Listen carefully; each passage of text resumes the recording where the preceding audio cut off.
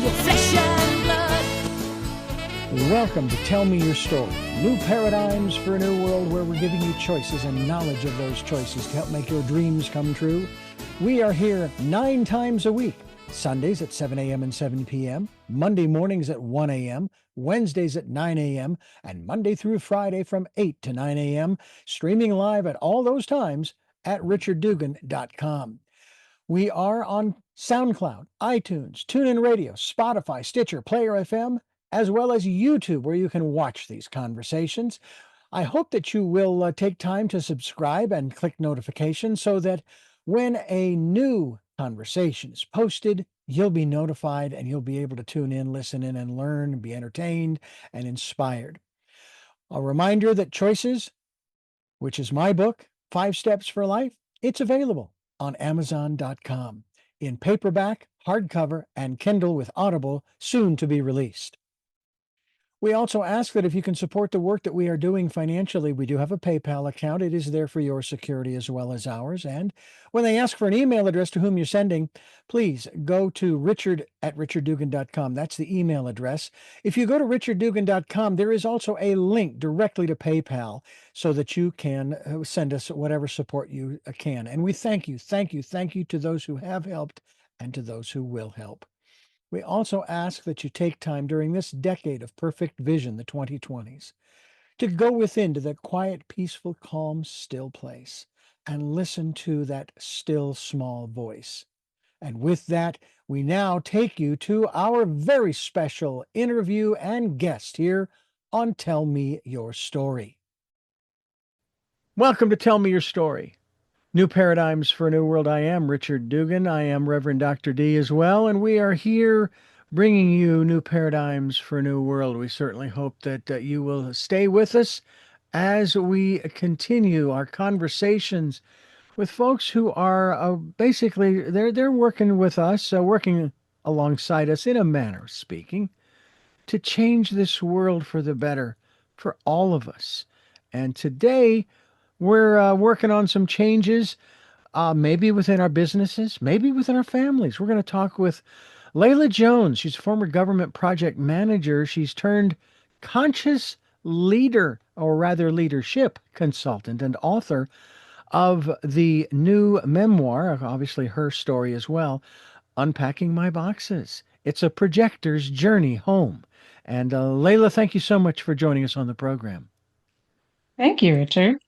This is going Great to to be, be I here. think, very interesting because, in a manner of speaking, we're kind of all doing that in one sense all the time. I mean, we just well, I shouldn't say celebrated per se. Maybe some of us do.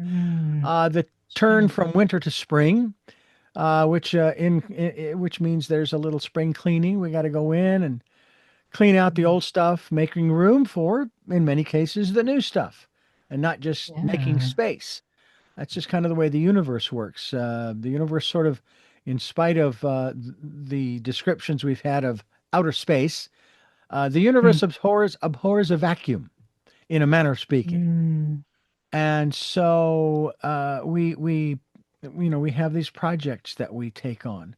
We're going to kind of talk about that in terms of unpacking my boxes, a projector's journey home, and we're talking about those who maybe are project managers or people who are involved in projects that they're working on. For example, mine is ongoing with this program. The project is constantly looking for new and exciting guests who are, like you, making a difference, making a change in the world through the work that you do. How do you define, as we start here, a conscious leadership consultant? Yeah, so I feel like there's more of a left brain focus sometimes in the corporate world, and just kind of going through things logically and not really putting your heart into it and putting your full self into your work. So being a conscious leader is really tapping into who you are and the different ways that you want to express, whether you call it your life purpose, your soul purpose, whatever it is, through your work. And it's people that are wanting to combine the maybe taboo spirituality, religion, whatever you focus on into their work so that they have that passion and that interest. They're not just clocking in and clocking out. You know, that's a good point and a good way to describe it. I have had maybe one or two jobs like that. They were short-lived Mm, to right, clock in and right. clock out. Um, Yeah. but the work that I've been doing pretty steadily for, well, since 1979, when I was 19, I never really looked at the clock. I mean, granted, uh, my business is clock related. Got to get on time. Got to make sure that programs start on time, whether they're live or, for that matter, automated. When I worked for Christian Station back in Phoenix in the 80s and early 90s, we didn't have computers. We had to manually start the programs on time, which also meant you had to have a clock that was also accurate, or at least as close as Right. possible. Because back then you had to do what was called meeting the post. You had to hit the post at the top of the hour for the news if you were taking Mm, newscasts at the top. Talk to us a little bit about these boxes that you are sure. unpacking and what are you taking Yeah. out of them? Oh, yes. So in my story, the boxes are figurative and literal. So I moved a lot as a child. We moved 10 times across 3 states. And what I realized is that I really didn't have a sense of home within myself or a physical space.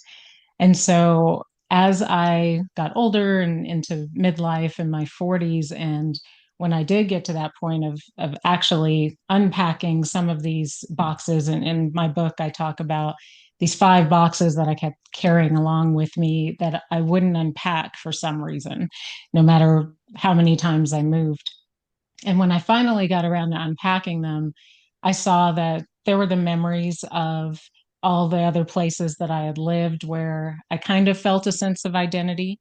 And it was also a way that I was putting that part of myself away and not really showing it. So I wasn't fully showing up in my life the way that I wanted to. And there were different people in my life that made that difficult for me, made me feel like my true self wasn't welcome there. So that was another reason that I kept a lot of that boxed up. Hmm. Well, I know that a lot of people feel the same way. And obviously, and I believe they're going to both enjoy the book and relate to what you're going through because there are so many circumstances. I could certainly list my own, being visually impaired, actually legally blind until I was 36. School wasn't the most fun, Mm. but I made it through. I survived. Right. And that's one of the things that I find rather interesting is uh, I came up with this I guess you could, I don't know if it's an a saying or a phrase, what have you. But if there is a difference which makes a difference, there's a difference. However, if there is a difference which makes no difference, there is no difference. I Mm. came up with what I refer to as perceived limitations. And so my legal blindness was after I started to understand it, realized, oh, it's a limitation if I allow it to be. I mean, I Mm. worked in jobs where eyesight was pretty doggone important. Mm. I wasn't an air traffic controller or a pilot, mind you, um, but it's one of those things where we've seen this time and time again, haven't we, Layla? We see these stories, including yours and mine, I'm sure, where people may, in spite of, or maybe even because of the limitation that we see, okay? Maybe it's a war veteran who has lost both legs, but now is has got these prosthetics, and he's running a relay race. So I mean, even we've seen the one years ago who had those curved feet, those blades, Hmm. and was just running like mad. I mean, it was incredible. Right. And so he was able to participate in that fashion. How do you encourage people? Um, how do you encourage people uh, to because don't we have to recognize that we have a limitation before we can perceive that it is not a limitation? Yes, that's true. And you really hit on that, Richard, that a lot of the time when we have some sort of limitation, I think that it's others telling us that we're limited in some way. And so we internalize that. And you do have to go through the pain of that for a little bit and figure out what the universe is really trying to tell you with that. And that's been a big part of my story that, obviously when I was going through lots of different things, it didn't feel good at the time. And I didn't think I would get to a point where I would feel comfortable sharing it and hopefully helping others. But when you can do that, when you can get to that point and like you said, where you feel like you don't belong, something's different, something's weird about you. But when you can take that in and see, okay, how is the universe wanting me to use this as a gift in some way? So, one of the big ones for me is that with all the times that we moved, it was always in predominantly white neighborhoods. And I've always been kind of a mystic as well throughout my life, even as a child. Hmm. And my family was pretty religious. So I had this kind of weird dichotomy going on where when I was in school, I felt more comfortable in the white culture and, the music and slang and those kinds of things. But then I'd come home and they would look at me like, why are you talking like that? Why are you listening to that music? And then also my mystical side started to rub up against the Christian household. We were African Methodist Episcopal. And it started to rub up against that as well. And so I've been able to take those things that are really big differences about me and see them as gifts because now I can navigate in a lot of different spaces, workplaces. I'm pretty comfortable around all cultures. I'm able to take my beliefs and they're really expansive. I don't feel like I have to fit into one particular religion or spiritual philosophy. I can mix and match things and grow and learn so that I can help others as well and help them feel comfortable with who they are too.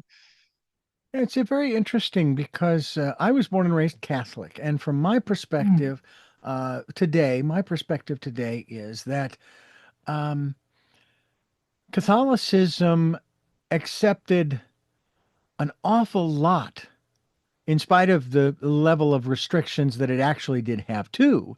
But it embraced so many different, shall we say, attributes that allowed an individual to um, express themselves spiritually, if you will. Not see, because to me, there's a difference between spirituality and religion. Actually, from a biblical standpoint, true religion has nothing to do with all of the trappings. It has to do with taking care of, as it says, the widows and the orphans. That is true religion. Mm. So, Hmm. so with that well defined, and I consider myself a metaphysician.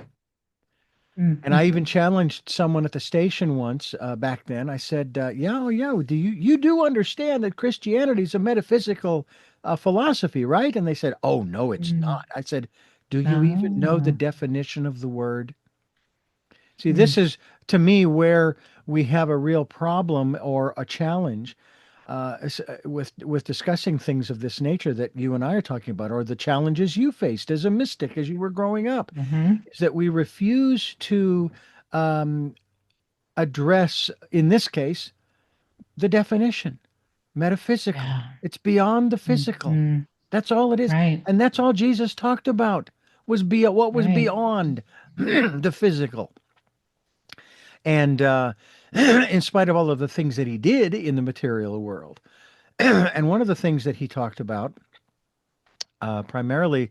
And I wish I could remember if it was the Sermon on the Mount or if it was another place where he was talking about how the disciples were all bent out of shape over the fact that we don't know what we're going to have to eat today, or where we're going to sleep tonight, or the clothes we're going to wear, and the list goes on. And it was the birds of the trees and the lilies of the valley of the field, right?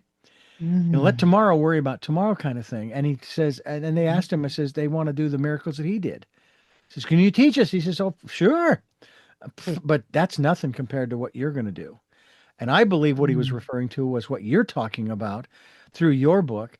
And that has to do with transforming our lives.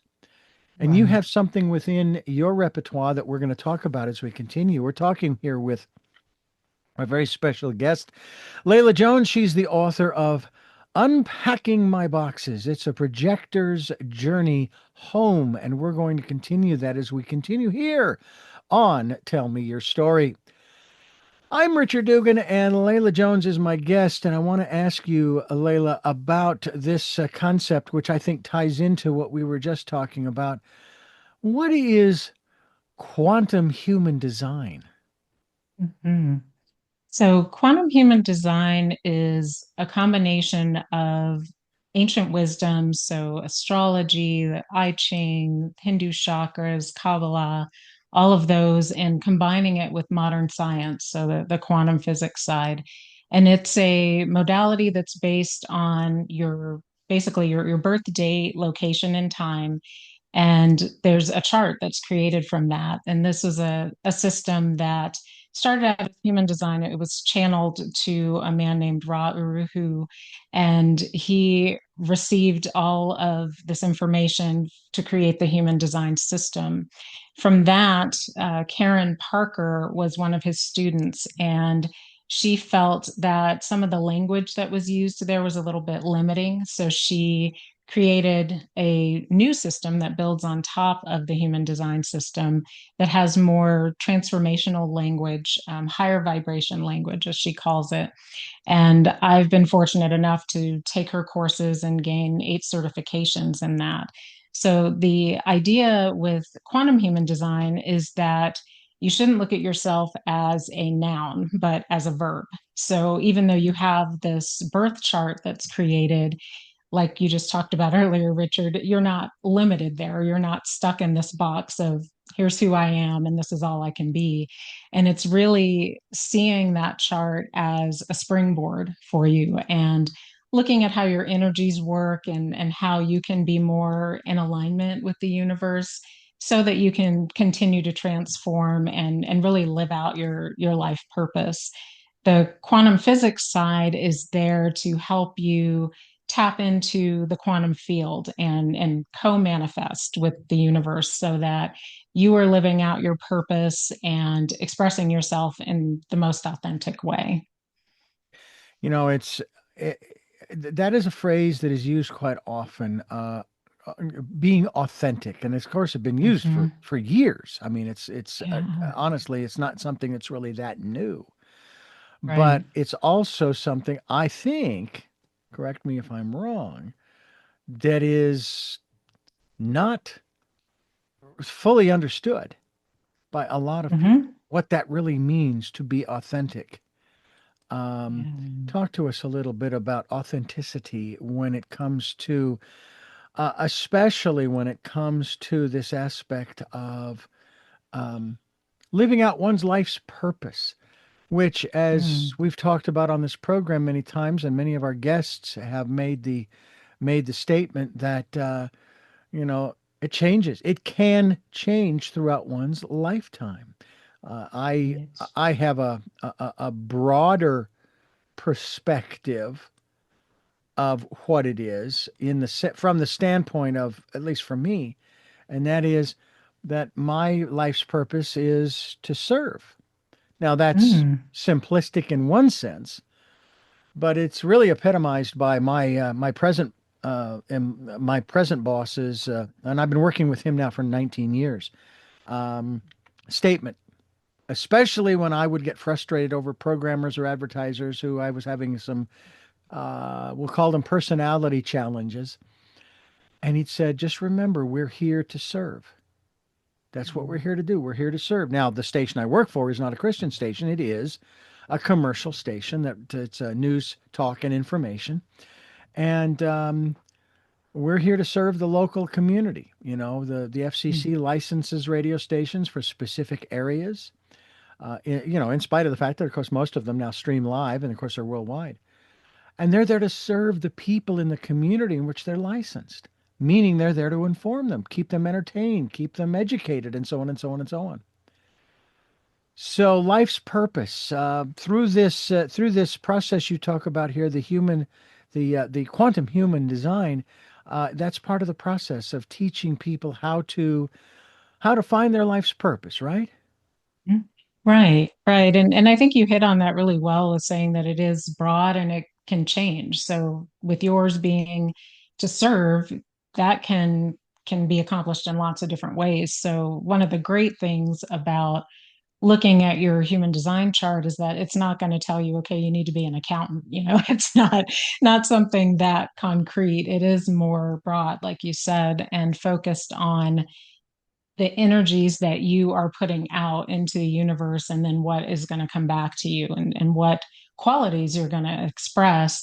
And it can be through lots of different work. It can be paid work, it could be volunteer, it could be with your family. There's lots of ways that your life purpose can show up. And Mm, with that authenticity, I think what becomes really challenging is, again, going back to childhood, which is what I do a lot in the memoir. I start out at this point where I'm getting divorced from my business partner who I'd been with for 20 plus years. And it was just a shock. It was mm, my decision to be divorced, but even so, it was still a shock that, that was a big part of my identity. We built a business together, we had children. So now who am I? What do I do from here? And then I start to go back and look at how I got to this space, and was I living out my life authentically, or was I doing things that my mom wanted or other family members, or that looked good on paper, on a resume? Was it really me coming through, or did I have different intentions on what I was doing? Was I interested in doing something just for the money or the fame or whatever it might be? So it's those questions that you really have to ask yourself. And for me personally, when I'm doing something and I just kind of get that icky feeling like, ugh, this just does not feel right in what I'm doing, that's one of those times where I need to take a minute and step back and ask myself those questions on what's my true motivation here, and why am I trying to show up this way when it might not really be who I want to be. mm. Yeah, it's it's when we talk about business or whether it be a job or a vocation, I have with very few and again short-lived exceptions, I haven't worked a day in my life. Mm. You Hmm. know, I've been very fortunate. I mean, even as a kid growing up and going to school from eighth grade through high school, I delivered newspapers. And I've said this many times. If that job were still like it was back in the 70s, the 1970s, I should say, uh, I would do it again because I loved it so much. And it wasn't really delivering the papers as much as it was, I was outdoors, I was bicycling around, you know, and I was meeting some really incredible people. That my customers as also potential customers when we would go out on sales drives. So, I've been fortunate in that respect.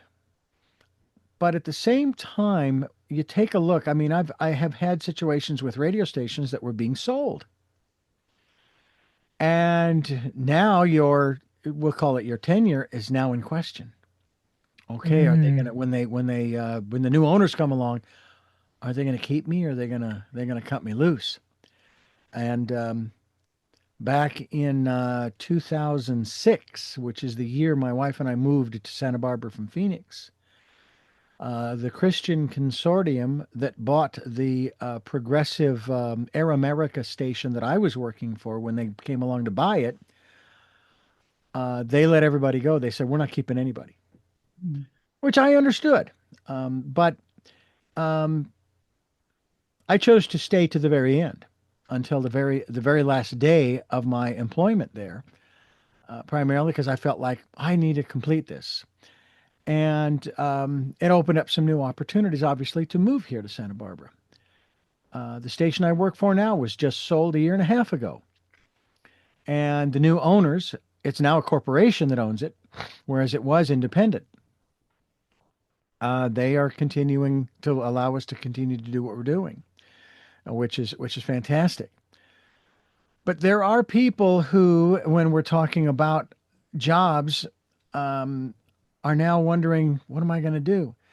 Back in 2008, 9, a whole bunch of people lost their jobs due to the economic downturn. One of the first thoughts that went through my mind was, I wonder how many of those people hated their job. All right. Mm, right. And just recently, a whole bunch of government workers are now out of work. Mhm. I don't know how many thousands. And I have to wonder what that has done to the unemployment numbers, the percentage of number of Americans that are now out of work. And in spite of the fact that someone told me, oh, not to worry, they'll find jobs in their given states. If they want to work in government, they can work for the state government. And I'm going, well, maybe, maybe not, because maybe some of these states, many of the states are now doing the same thing at their level that the federal government did. Rightly or wrongly, I still say it should have been a scalpel and not a chainsaw, but that's debatable. But now these people are now looking and wondering, okay, what do I do now? One Mm, of the remarkable things way back when was following that downturn and the layoffs, the release of all these people was one of the biggest entrepreneurial booms that we mm, had seen in decades. So what's the advice that you give? What do you share with people who are maybe in that kind of a situation that can allow them to get out of their emotions? Um, mm, as well as people who experience burnout. They're in a job that I've been doing this for 30, 40, whatever number of years it is. They don't give out gold watches anymore. You'll be lucky if you mm. get a severance package or something of that nature. Um, and so how do you help people through um, that challenging time? Yeah, that is definitely a challenge. And so I don't want to make light of it, but I do also agree with what you said that sometimes people will ask themselves in those situations, well, did I really like this job? Was I really kind of having something else on the back burner that I was thinking of doing, and this is now what's pushing me to do that. And it's hard because what I found in my own life is that when I end up making some big change, when I look back, I see all these little signs that were telling me to do it anyway, but I was ignoring them. Yeah.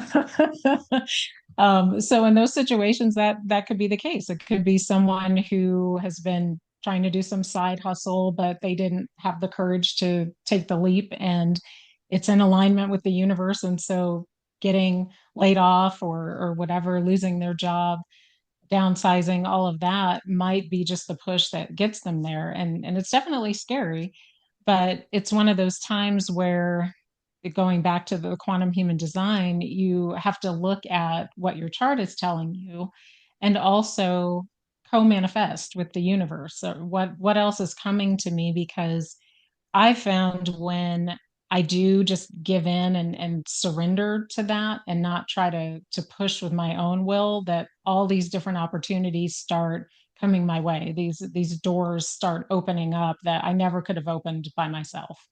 So it's sometimes just taking that first step and being curious and seeing, where is this going to take me? And then more doors keep opening, more things keep coming to you, but there's definitely fear there. So I don't want to discount that because, Hmm. like you said, our emotions come up, and there's a lot of fear and a lot of trying to hold on to the past and what was. But one of the things within quantum human design is that you'll see that you get to these spaces sometimes where you can't hold on to what was, you don't know what's coming going forward. And so you're in the middle, and it's actually called the void within quantum human design. And so it's an uncomfortable space. You don't know which way to go. And that's when you have to be quiet and go within. And I journal a lot. That's helped a lot. I dream a lot. That gives me quite a few messages. And from there, then I start getting those baby steps to take and know what way to move forward. Mm. I want to follow up on that, but before I do, I want to remind you who are listening and watching. This is Tell Me Your Story. There is a website we want to send you to, and I'm going to ask Leila if this is correct. VelaMira.com, Yes, that's correct. and that's VelaMira.com. We'll be linked to that website as we continue here on Tell Me Your Story. I'm Richard Dugan here along with Leila Jones, and we're talking about the work that she is doing through a book that is now available, her memoir, Unpacking My Boxes, a projector's journey home. I have to tell you, when we moved here from Phoenix to Santa Barbara, there were too many boxes, and it was just getting crazy. And of course, then afterwards, we had this pile of cardboard we had to deal with. But of course, these boxes you're talking about, they are metaphorical by nature. As a mystic, I want to ask you about something we promote on this program, every program. The promotion is that we ask people to take time during this decade of perfect vision, the 2020s, and spend some time going within to that quiet, peaceful, calm, still place and listen to the still small voice. I call my still small voice my friend. And I have been doing my utmost to continue to following the promptings. Um, but a lot of people, they've been steered away from that. They've been told, no, no, you don't want to do that. Listen to me, listen to him, listen to her. Often the rule is if they're older than you, they're wiser than you, and they know better than you. And that is not always the case. Hence the phrase, out of the mouths of babes.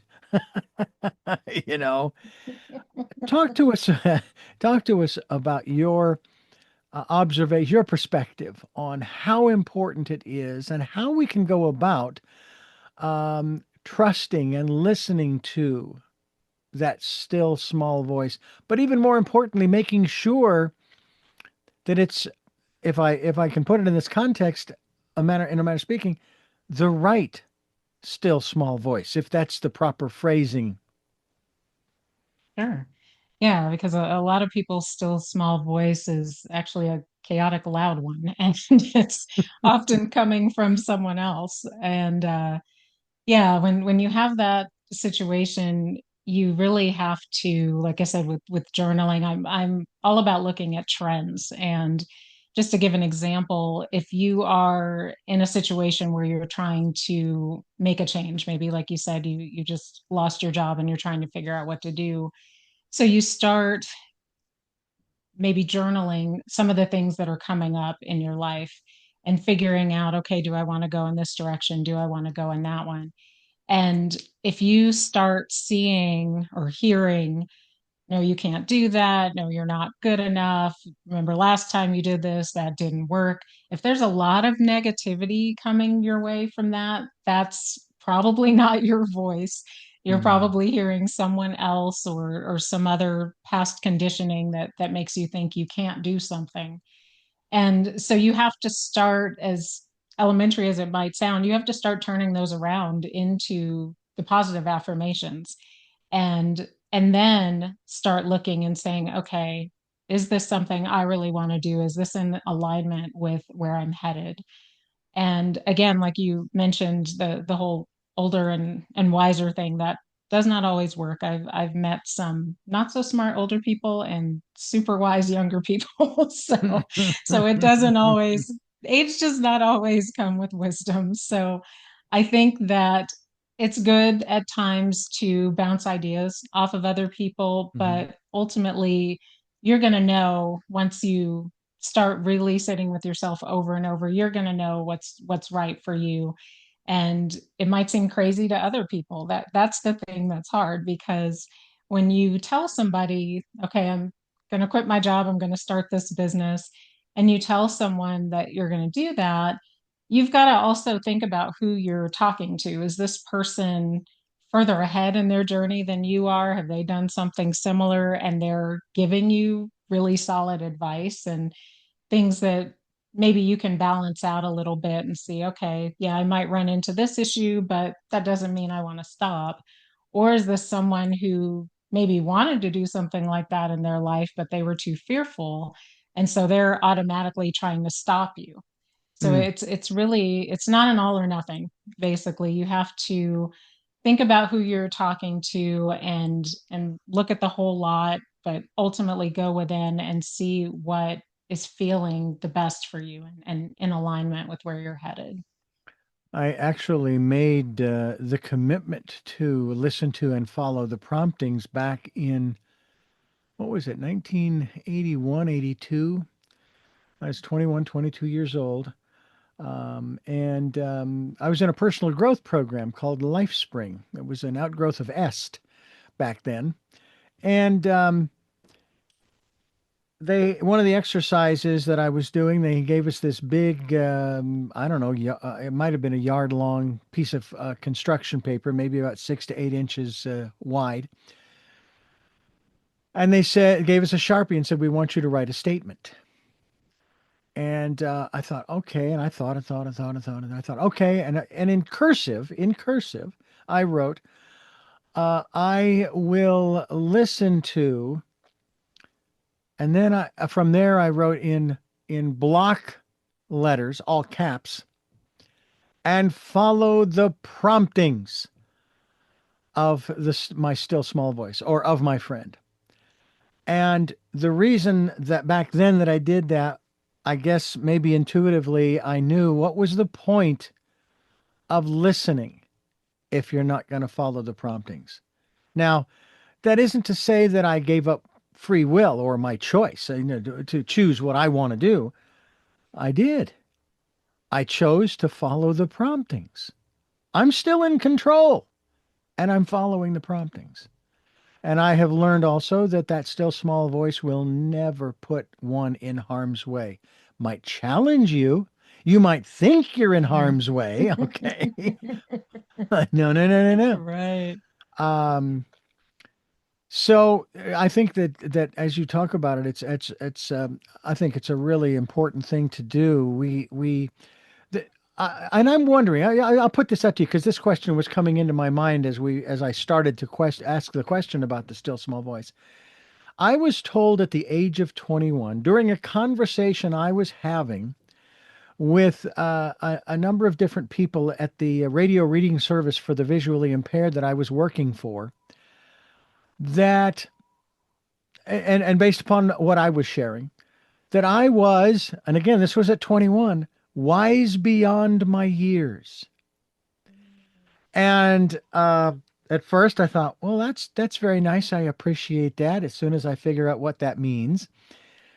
But the question I have for you is, do you think that when we say stuff like that to younger folks, maybe we're doing them a little disservice? Or if it's true that the perceivers, the other people, that's their perception of us, that, you have some wisdom there. And, so I started wondering if as I age, will I continue to stay, keep the gap there? Will I always be wise beyond my years, or will eventually my years will surpass my wisdom? That's coming up. But what about? Right. Because I didn't Hmm. consider it a platitude. It was genuine, Yeah. and I did Mhm. appreciate it. What do you think about that? Right. I see nothing but positives with that, because I have two daughters that fit that bill quite well. They're 16 and 10, and I talk about them quite a bit in the memoir, and especially my younger one, because anytime she seems to like channel messages from beyond, and she doesn't even know how she does it. And So anytime in the book when I'm talking about her and she's in that stage, I say, she's my 1,000-year-old daughter instead of just 10. Because A few more zeros so there. yeah, just a few more zeros in there. And I think it's helpful. I can see how it could get to someone's head and they feel like they're always right all the time. But I think if we start that with younger children, if we see that, then that encourages them to move forward and they feel stronger in who they are and their identity. I unfortunately wasn't encouraged with that, even though I was showing signs of that wisdom at a young age. But I think it scared people because they didn't understand how someone so young could know those things. But Mm, again, I'm not, at that time, if I was five, I wasn't just five. I had all the past lifetimes and, ancestral experience and all of that I was channeling in order to figure out different things that were going on in my world then. mm. So I think it can be positive, but I think that it's important to still stay open, still be willing to learn, as we get older and recognize that there's never a point where we know everything. We're always learning and unfolding more and more into ourselves, connecting more with the divine, all of that. So I don't see any harm in continuing that as long as it's kind of counteracted with that space of knowing that you are co-creating, as I keep saying, and that it's not all you that's doing everything in your Yeah. life. I mean, I certainly have throughout my life. I've made decisions, I've made choices, and chose to go this way versus that way. Certainly, in most cases, it wasn't as much trusting the still small voice, which to me it's the same thing as trusting the universe, certainly. But it was more that I felt like I was always in the right place at the right time. Somehow, it turned out that way. Then there have been times in my life, and probably maybe in the last 5 to 10 years, where I've questioned if I'm in the right place. Under certain, in certain circumstances. Um, but I persevered, and I mean, I've even challenged the voice and my intuition and saying, wait a minute, no, no, no, that isn't in my plan. Oh, And of yes. course, the prompting persisted, and okay, all right, I'll do it, and I will go and I'll do it. And a few days later, I look back and going, wow, am I glad I did that? Because if I hadn't today, things would not be real great, not really great. So that has something that has been sort of imparted to me, just I think just through living. I want to ask you about your mystic side, but I will ask that of you as we continue here on Tell Me Your Story. I'm Richard Dugan, along with Leila Jones, author of Unpacking My Boxes, a projector's journey home. And you mentioned earlier in the program that you were, even as a child, a mystic. First of all, define that for us. As what does that mean for you? What did you mean? What does it mean to you to be a mystic, or what were you as a child? And keeping that to yourself, obviously, because the folks around you didn't quite cotton to that. Yeah. So to me, a mystic is someone that is able to have some sort of direct communication with the divine, however you define that. So it can be messages that come through dreams. It can be hearing voices. I had an imaginary friend, which actually wasn't that imaginary. It's just, other people couldn't see her. Mm, She was a guide of mine, still is. And it's that side that, like you said, with the metaphysical side, the things that are beyond the physical, that sometimes scares people because we're so used to that tangible and needing to prove it and needing to see it, and then that's what's real.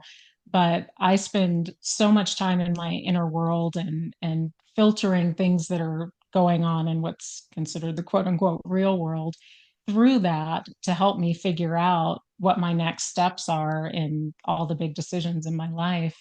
Mm. And that did scare a lot of my family members because both I was young, and how in the world could I do these things and know these things that they couldn't do or they didn't know? But also, it just went against that traditional teaching, like you talked about in the Bible. They weren't able to see beyond that to the metaphysical side of it, and the pieces that that hidden part, the hidden teachings from Jesus that aren't as evident when you're reading the Bible literally. So when I do those things, and kind of now transforming that and bringing that into the business world, it can seem scary or weird, or why are you doing this, or that doesn't belong. But it's what I've done my whole life to get me where I am, to help guide me. And I couldn't separate the two. There's no way that I would, because I think I would feel pretty lost without that side of myself. Yeah. The question my mother asked me some years ago, we were sitting around the table, and she says, Richard, have you ever had any supernatural experiences? And I said, well, I have to answer, if I have, I didn't know that they were supernatural. It was just normal, whatever. I mean, and I can't even give you any examples of what those might have been because they didn't appear any different. I mean, you could say, well, I've always felt like I've always been in the right place at the right time. And I don't know that that necessarily qualifies as supernatural, but then again, and everybody's perception's different. And that's kind of the way I look at, for example, the examples of Jesus in the New Testament and his miracles and so forth. It was no big deal to him. It was just that was what he Mm, did, turning water into wine. If no big deal. Raising the dead, no big deal. That's why I often think that the person who actually should have been, as they say, the first pope, not Peter, but Mary Magdalene, because she was the first one following his resurrection to recognize him for who he was. As a matter of fact, there's a line in there where, and I paraphrase, she reaches out to touch the hem of his garment. Right? He said, "No, no, I held it. No, don't touch. Paint's not dry yet. Don't touch." And then the guys come along, staggering along, going, "Hey, can you show us to the nearest pub? We're really sad over the loss of our friend." Looking right at the guy, didn't even recognize him. yeah. I mean, and that's my that's Richard's version of translation of the New Testament. Um, is there a particular philosophy that you lean into more than any other, or is it a very eclectic, a blending? Mm. I think most of it is the Christian side. So I've been seeking out like the metaphysical interpretations of the Bible and things like that, and reading through it and trying to come up with my own interpretations too of maybe the metaphorical sides of some of the stories that aren't as evident. And a little bit on the Buddhist side, although I haven't studied it very much. Um, so yeah, I think just those two probably the most. Hmm. But I yeah, I heard. think all paths are valid. I think it's just whichever master you identify with the most. I think that helps open the door to other areas. Yeah. I love a saying from the Baha'i faiths and Baha'u'llah. Hmm. I was a Baha'i for about a year and a half back in the 90s. And the quote, if you reject one of the messengers of God, you reject them all. If you accept one of the messengers of God, you accept them all. And I think that the undercurrent of that has nothing to do with the messengers. It has to do with the message.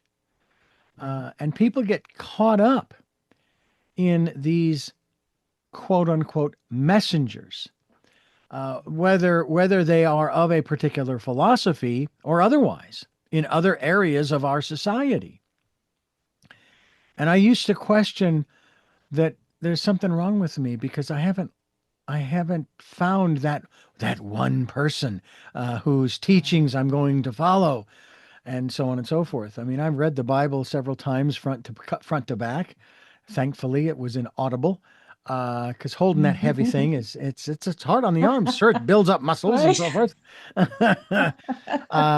But there are certain philosophies I'm still wanting to learn more about. And so I'm looking forward to a better understanding. And then, of course, I hear different things from different people about inaccuracies. And when they quote, I said, "Where did you read that?" No, no, no, not who told it to you. Where did you read it? Where did you see it in writing that this is the truth that you speak?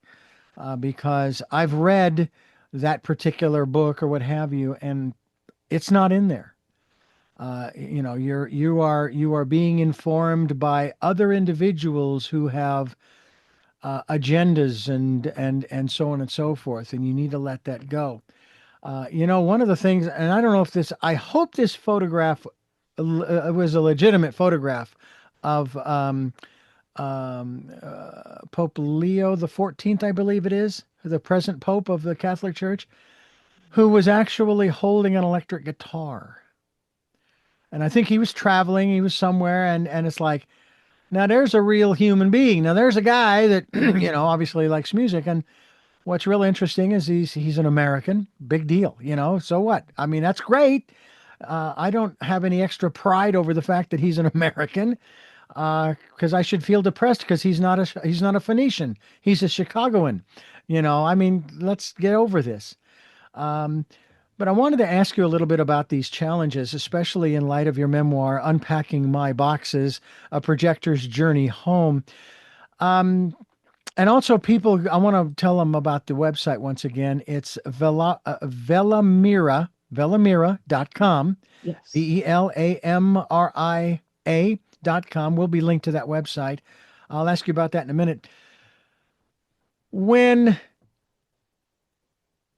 Barack Obama was first elected president, the comments were pretty constant across the board from left to right that he is our first black president.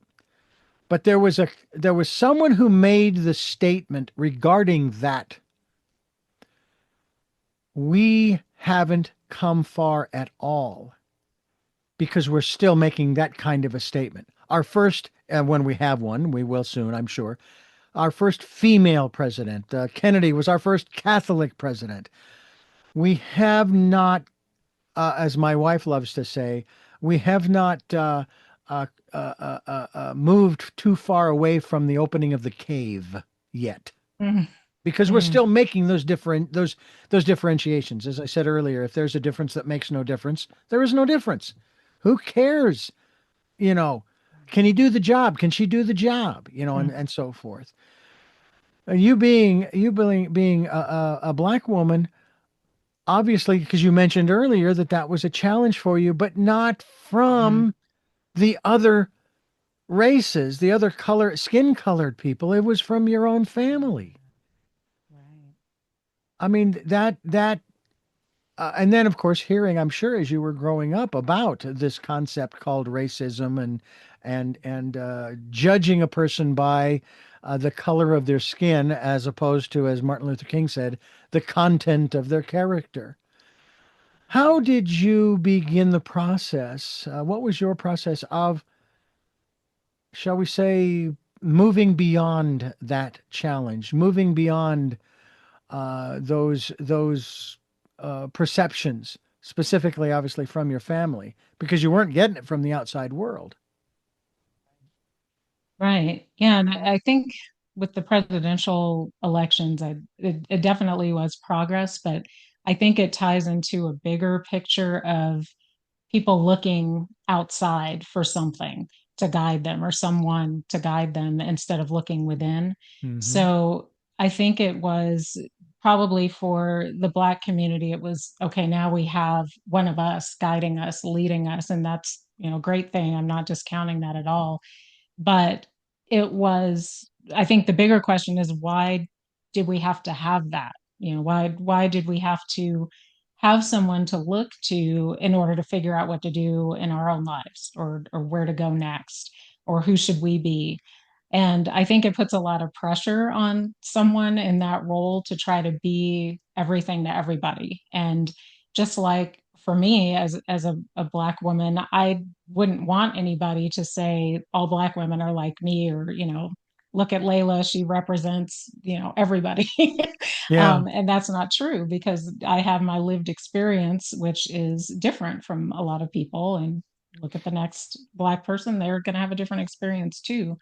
And so I think it was a matter of me just getting comfortable within my own skin, regardless of what color it was. It was just me being me and knowing who I was, what I was capable of, and definitely took decades to get there, because I continued to hear those voices telling me that I should be this or I shouldn't be that, or black people don't do this or believe that, or go here or do these things. And so I had to overcome that, and there wasn't somebody like me that I could look to that went through exactly the same experience, where I could say, there's my role model, and I'm going to do that.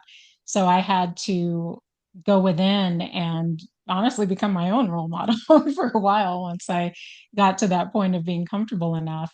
And that's something that I really try to pass on to my girls. This memoir, I always tell them, is really for them. Anything else that happens beyond that, I'm super excited about. But it's really for them to see the things that I've gone through and challenges that I've had. They've grown up in a similar way, where they're in predominantly white schools and neighborhoods. And I think they're so much more stronger already and have that stronger sense of identity than I did at those ages.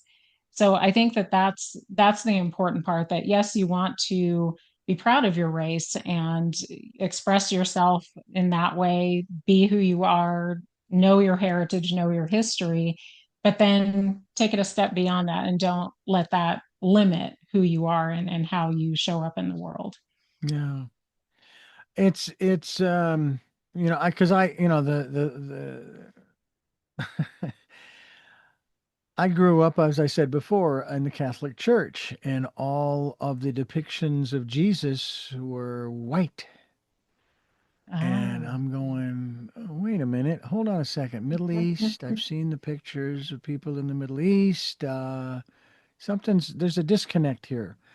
And it almost goes to the question of to people of, so what color is your God? White, black, brown, yellow, purple, blue, green, Okay. orange? Um, and what's the gender? Even setting aside the whole Mhm. transgender issue, is he male? Is she female? Um, and of course, I've actually, in some of the research and study that I have done, and as well as many of these interviews, I've come to the conclusion that there's only gender here on this planet. When we leave the Mhm. body, there's no gender. Now, I still refer to and talk to my father, my paternal father, uh, who passed away a couple of years ago, and so forth, and my sister, my eldest sister, who preceded him. Um, but I would venture that they are not experiencing a gender conflict of any kind, because there isn't one in the spirit world. And there's got to be some way that we can transcend that, that we can move beyond those things.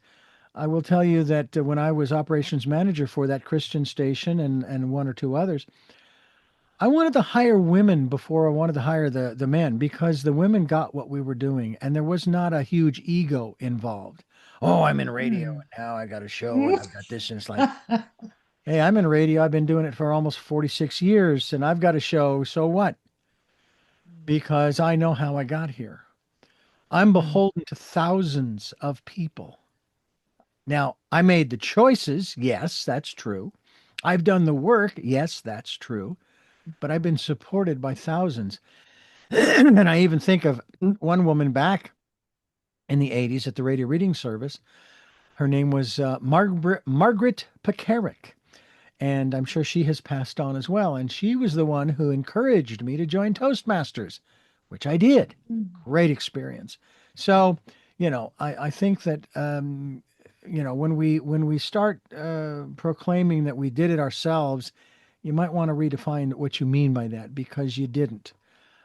You wouldn't even be here if it hadn't been for your parents. Okay, so I give all the credit to my parents to for getting me started. Yes. This is an interesting a question to you is regarding the website VelaMira. What is that from? Where did you get the name for that? So they are two constellations and they mean wonderful sails. So, like sails on a boat, but it's also a play on words with like business sales. Very cool. And these constellations, they don't sound familiar to me. I think of the Pleiades, or I'm not sure where Alpha Centauri is, where it's located. Can you give us a little bit more on these constellations? A little more information, a little history Yeah, or mythology? I'm sure. I'll have to look up where they are because this was over 20 years ago when we found them and chose the name. But we were looking for very unique names that we didn't see anywhere else and that had certain meanings, certain words that we thought represented the business and that would sound good together. Hmm. Yeah. And you have been doing, I'll use the term coaching, obviously, teaching in that regard. You've been doing that for at least the 20 years? Informally through the other work that I've done. So I have been doing through VelaMira as a project manager, website developer, technical writer, customer service trainer, software trainer, you name it. I've done it through the Wow. business. And also built different teams, either for the website projects or again, working within the government contracting world. So the coaching and consulting side has come up informally as I've done that kind of work. And so now I'm taking that leap and really going into that world more fully because it's where I keep gravitating towards. So now I'm ready to fully do that work. And as a mystic, you just listed a lot of things there as far as your work, your vocation. But what, if I might put it this way, what are your talents or abilities as a mystic? What are you what do you use in that regard? I'm really good at listening to people and understanding what motivates them to do what they're doing or not do something as well. And that helps. And I'm able to just read people really well, and especially within a team dynamic, I can start to understand what might be causing friction between two team members and where they're coming from with their lived experience and what's rubbing up against somebody else's lived experience. And then that shows up as some sort of disruption within the team. Hmm. And I really enjoy doing that and also trying to communicate with people, again going back to the quantum human design, communicating with them in the way that is going to speak to them and their human design type so that they feel more comfortable showing up as themselves, feel more comfortable talking with me, and hopefully we can reach resolution in a way that maybe wouldn't have been done using traditional kinds of methods. Hmm. Interesting.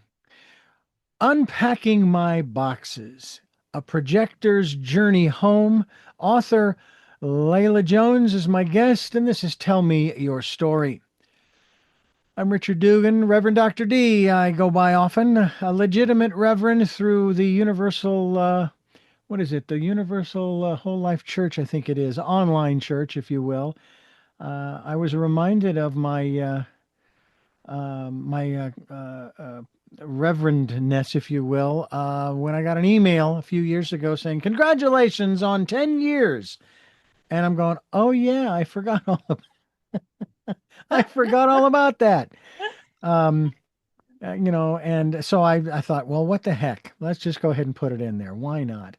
And this has been a lot of fun talking with you about the work that you are doing and your memoir, Unpacking My Boxes, a projector's journey home. Are you home now? I am. And what is Yes, that in New like for Mexico. you? And in What is terms it of like? your journey home, in Figurative terms of the home. subtitle. Yeah. Yes. No, I am. I am. And I had to figure out that home didn't have to be a particular physical location. There was a Mhm. time where one of the places that I lived that I thought I was going to be living my whole life in was in Mm. Southern California, and we had to move suddenly. And I really had an identification with that part of the country, and I had a really hard time moving and didn't understand who I was if I wasn't with those friends and my boyfriend that I had then and that house and the beach and all of those things. So I've had to learn to be home within myself and just at peace with what I'm doing wherever I'm being guided to go. So it's beyond that physical space, but I do also love it here in Albuquerque though. Definitely feels like home there too. I drove through Albuquerque with my best friend on our way to Kansas back in Mm. 1980. I am sure that it has changed, but the one Yeah. thing I know that has not changed is I 40. Oh, Oh, yes. when we finally got to Texas, I'm going, oh, I hope we never have to go that way again, which of course we did. Yeah. Because you Oh, just think you get up over the top of the hill and then you go down again. You think, okay, right, the next rise, it'll be different. And it's like, I don't know how many hills there are, but there must be 100 or more right, because, right. it plays with your head after a while. And it's a straight Yes, and a line. big trucking. Yes, and a big trucking route. So yeah, you have to dodge the semis quite a Yeah. bit. With my best friend, we joked about this afterwards, but it did become an irritant for him because once we crossed the Continental Divide, we saw the signs and everything. That was my moniker for the rest of the trip. This is my first time across the Continental Divide. Of course, when we went back home, it was my second time, so it kind of lost its luster. Right. But there you go. Oh, that's funny. I kind of I sort of enjoy the small things in life. Yeah, definitely. Yeah. Layla, thank you so much for being with us here on the program and sharing your story. Once again, it's Unpacking You. My Boxes, a projector's journey home. And the website, once again, is VelaMira.com, VelaMira.com. We hope that you will check out the website. We'll be linked to it. I have three final questions that I want to ask you. I ask all of my guests at the end of the program. And the first of those is, who is Leila Jones? I am a spiritual being on a wonderful journey. What gets you up in the morning? It's funny, as a project manager, I've learned, like you said, to kind of let go and see where the day takes me. And so I have certain things that I have to do, of course, like everybody does, but I'm always excited to see the things that I wouldn't have known were going to happen when I get to the end of the day. So it's just that kind of adventure and where it's taking me and what new things come up in my life. Hmm. And finally, what was your best day? Oh. My best day was last year on my birthday in May because it was both the end of the heroine's journey that I talk about in my book and then the start of the next one. So you're writing about the heroine's journey, kind of like what Robert Bly writes about the hero's journey. Yes. Yeah. Well, thank you so much for sharing your journey with us here on the program. It's been a pleasure. Thank you. Thanks. You too. It's And thank great. you for listening to and watching Tell Me Your Story, New Paradigms for a New World. We're giving you choices and knowledge of those choices to help make your dreams come true. And until our next broadcast, podcast, videocast, love to lol. Jeanette, I am still listening. Dad, continue to be happy because I am. Smokey, I will see you on the other side. Mike, thanks for letting me be a part of your life. And to my dear friend Zorro, aho, aho.